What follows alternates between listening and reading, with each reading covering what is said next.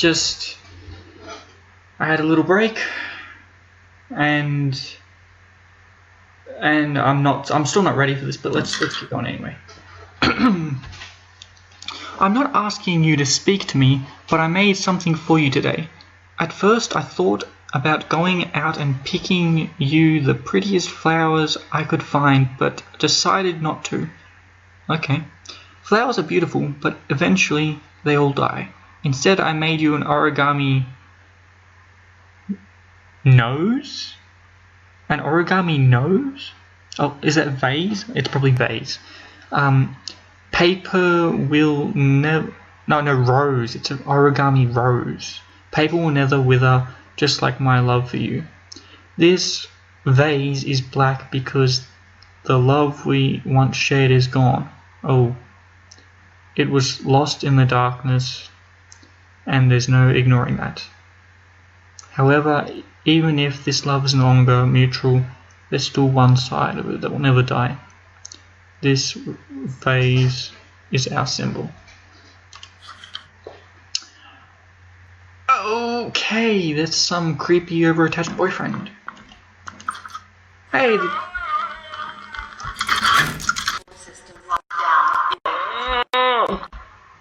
Who the fuck was screaming behind me?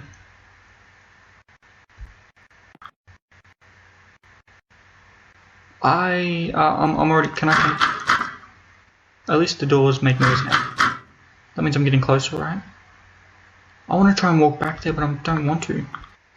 I've got a feeling, because I heard electronic noises, and like radio person over an intercom, I've got a feeling this is the door I'm going to go to.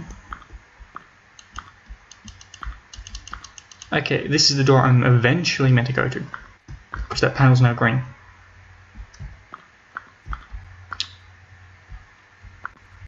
Shit, where do I go?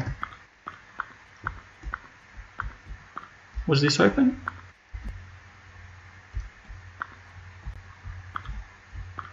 I don't recall this being open.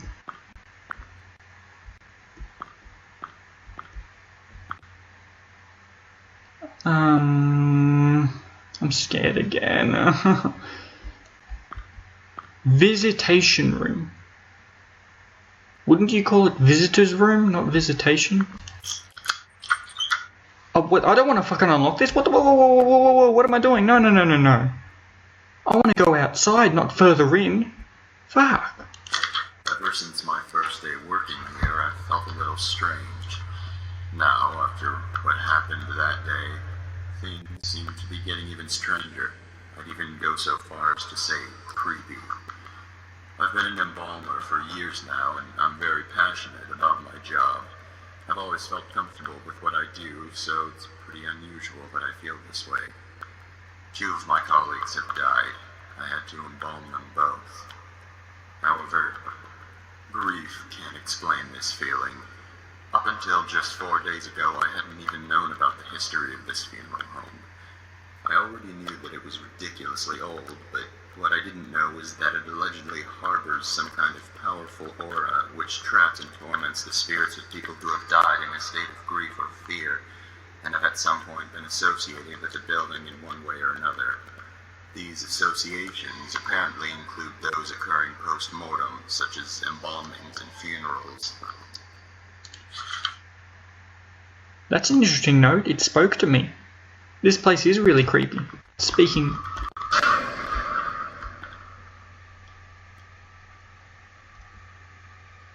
I don't know where that came from. I don't want to move. I'm afraid if I move... Creepy music, go away. Thank you. I don't know if it came because... Do I hear footsteps?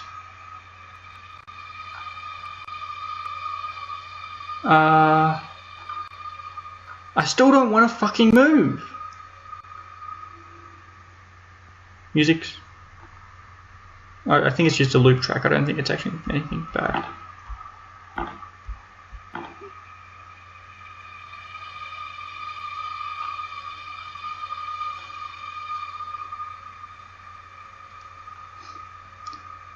Ah, fuck me. Close this door. Close it. Close the fucking door. I can't close the door. Great. I'm not going out there because I know it's fucking gonna be one of those jump scares. Like before, where if I leave, it's gonna be like, oh, you know where to leave. You must solve this shit first.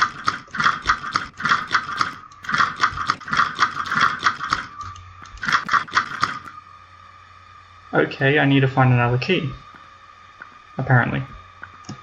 Hey, that rhymed. I don't want to fucking walk out there. That's been.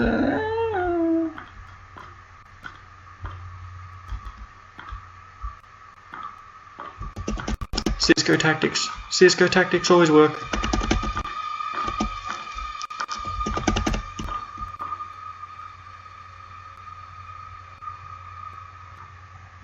I don't know.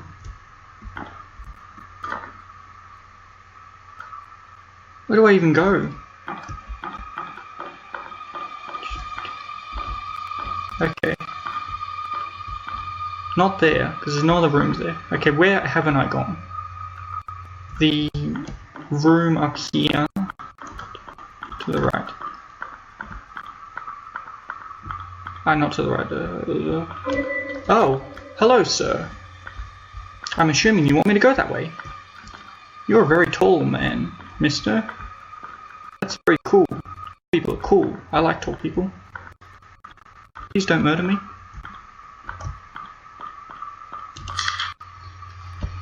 Note. Mrs. Raines, please tell your son to stop playing under the tables during funeral services. It's disruptive and upsetting to the grieving families. Today he also stole one of the keys to the visitation room and was later attempting to open one of the drawers in the morgue. This type of behavior is unacceptable and will not be tolerated. If you do not start controlling him, I will take it upon myself to personally teach him a lesson. Michael. I don't know who sounds like more of a dick, this kid or this Michael guy. Jeez, teaching some other person's kid a lesson.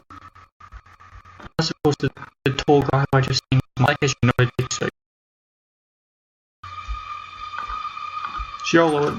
Okay. It just makes that lamp look weird.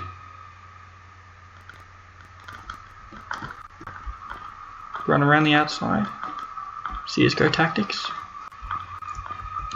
Look at that. To make things even weirder, this place has a serious lockdown system.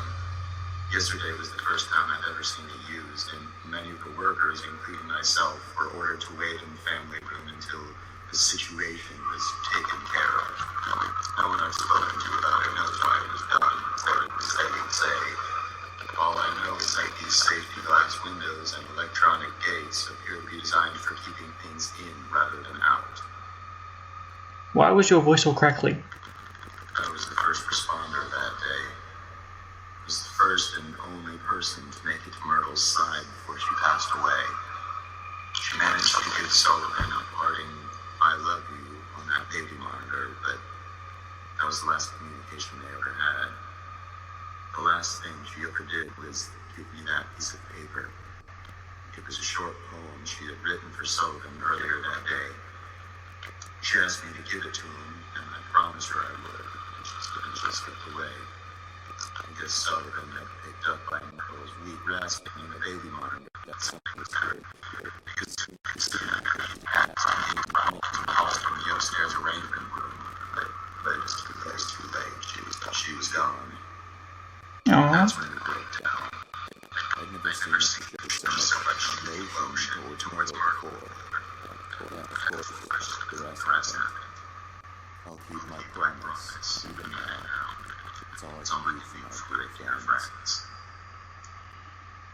Why is this paper talking? Oh, saving. Yeah, place I can save. Thank fucking Christ. Turned around, jump scare. No, it wasn't a jump scare, it was just a cherry. It's all good. That's better. That's the sensitivity I'm used to. Yeah, blah blah blah. I think you already read that. Well, I already read that. I don't care. Okay. So this is now chapter 2.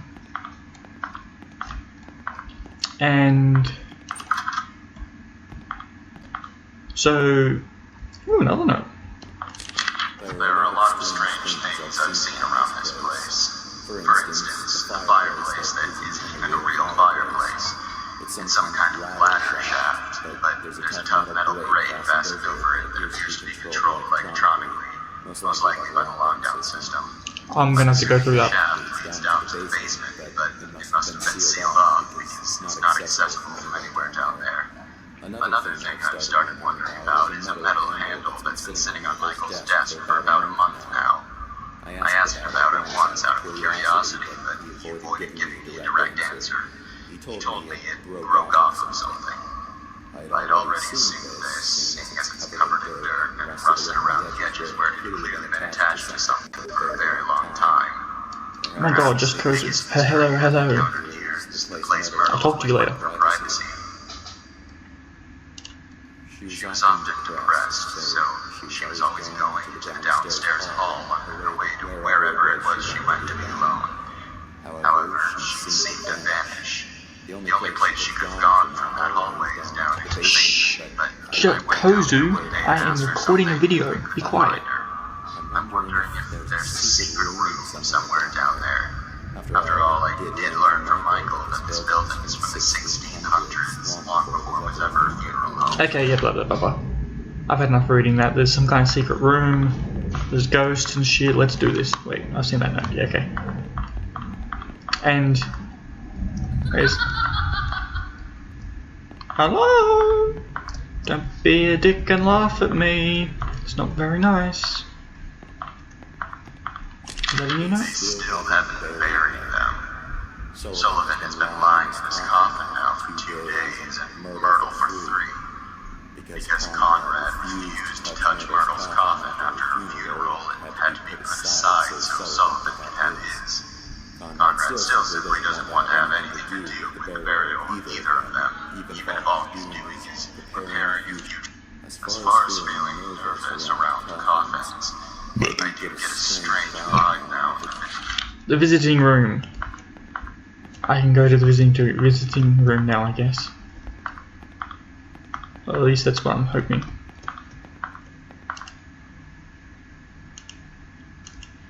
It just said visitor room. Oh, that's fuck. It's the family room, not the visitor room. Where was the visitor? Wait, where was the visitor room?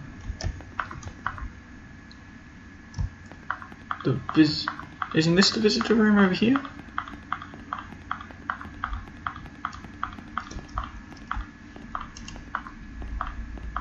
No, what?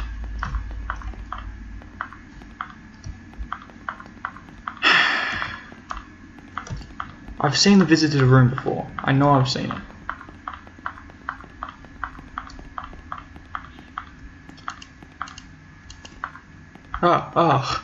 I scared myself. I was holding in the A key, so I was walking left and I didn't realise it, and I was like, is something moving me? Okay, that's an empty room. Let's leave the door open. Visitor room won't be down here because this is the down to the down area. And I don't want to go to the down area unless it's changed. Oh no, fuck that. Unless of course the visitor room was over. Wait. No, that's not there. It must be over here. This must be the visitor room.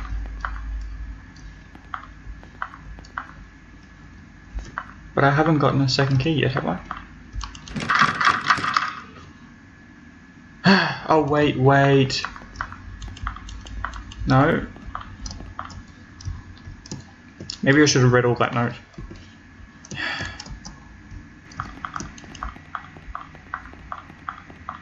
Oh, there's a note here. It turns out that Devin got into the war by stealing Sullivan's key card from the office. Mrs. Raines had been in there and forgot to lock it when she left. Nobody knows exactly how the kid figured out the passcode, but considering what a flake his mother is, that's probably just something else she inadvertently compromised. They're burying Sullivan with a few of his belongings from the funeral home. I guess because he had worked here for so long and was so loyal to his job. Michael revealed that one of those belongings is Sullivan's key card. Of course, they were deactivated into the system to avoid any breaches and the chance that it was stolen. But then again, Mrs. Raines would be the one who would do that. I discovered earlier today that Devin had stolen the system lock override key as well and hidden it somewhere in the building. This has got to be the most troublesome, ill-behaved kid I have ever encountered. I'll say. I don't want to go into the fucking chapel. Remember, don't be pussy. You walk into a room, you don't walk back out of it.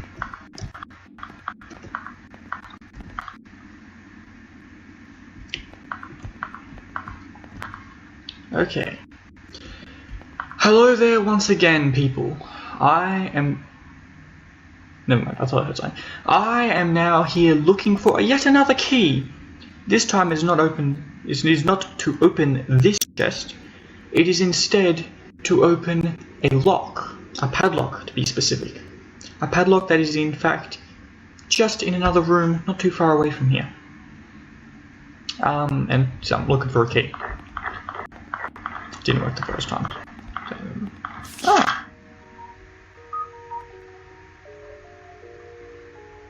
Oh.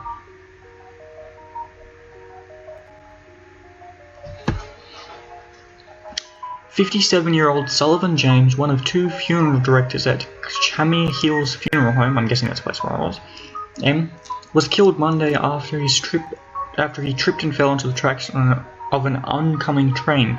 According to his co-workers at the funeral home, James had slipped into a stage of grief-stricken hysteria just minutes earlier after experiencing an emotional breakdown over the death of a childhood friend and co-worker, Mithril Varnworth, who had been suffering from a severe brain tumour which doctors deemed inoperable. Mrs. Varnsworth passed away 9 days after the end of her predicted death date. James, devastated, apparently gouged out his own eyes using a scalpel from the funeral home's preparation room and managed to scramble out a nearby window. Okay. Miles Treadman and Imbola at Chamir Hills Funeral Home and short-time co-worker of Miss James had begun to chase after the frenzied man through the field behind the building, but was not able to catch him before he reached a nearby segment of railroad tracks and tripped, falling down on top of them. Treadman and a few other eyewitnesses reported that James made no attempt to get up as the train quickly rolled in. Grief-stricken, Sullivan James was killed on impact. Sullivan James is the guy, okay, because it was saying like, oh, people who were in a state of grief, blah blah blah, or depression, blah blah blah blah blah. Okay. Was killed in an impact by the fast-moving train, hitting him with such force that he was severed into 3 pieces. That's nice to know. It has been speculated by those who knew the man that his fatal episode was driven by guilt for not treating his longtime friend how he had believed he should have. This double tragedy at the Chamir Hills Funeral Home has sparked a great deal of public interest in the site and has become an attraction for loitering and vandalism among young people. In the 3 days that has passed since the incident, 3 arrests have been made. Fuck me. They never buried either of them. Both are still here.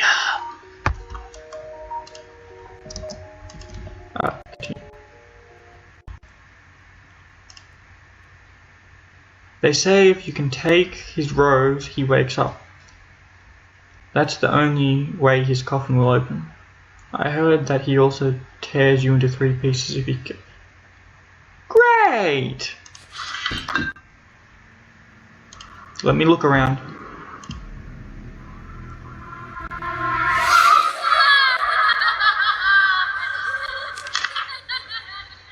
They won't find it ever.